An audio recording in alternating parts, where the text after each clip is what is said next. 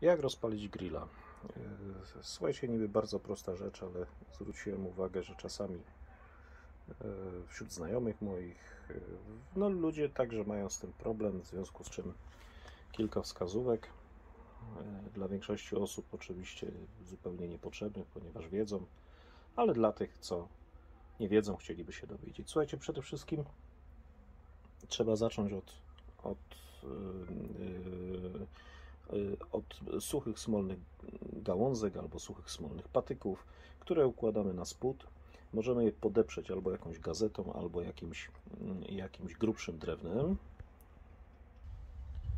Ma to wyglądać dokładnie tak. To znaczy na spód ja akurat położyłem jakieś zwykłe takie gałęzie, troszkę grubsze z jakiegoś tam świerka czy z jakiejś tui, wszystko jedno.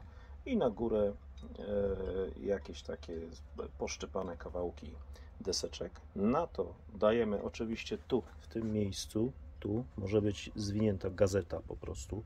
Ja akurat czegoś takiego nie mam w tej chwili pod ręką. I na to kładziemy już grubsze gałęzie, grubsze kawałki drewna. Możemy ich dać oczywiście więcej. I bierzemy na przykład, słuchajcie, podpałkę zwykłą, taką żelową podpałkę, którą można kupić za parę złotych. Polewamy całość, po czym nie musimy używać zapałek, które często są zamoknięte, ciężko się zapalają, tylko bierzemy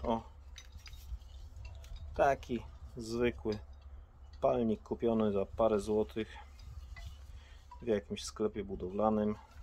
Ja to przykład, bo oczywiście przykładamy zapałkę i też się będzie palić, ale jeżeli akurat mamy taką możliwość, żeby sobie takie urządzonko kupić, to warto, bo to starczy po prostu do takich rozpałek na lata. Odkręcamy, proszę bardzo.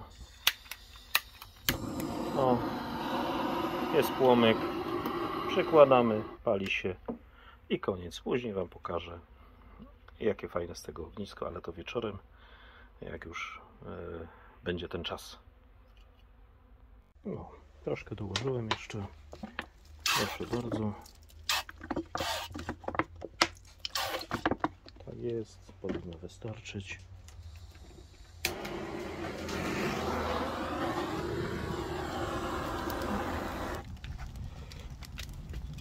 I słuchajcie, tak samo możemy rozpalić ognisko, tak samo możemy rozpalić w kominku, tylko zamiast podpałki żelowej zwykła taka podpałka parafinowa albo gazeta.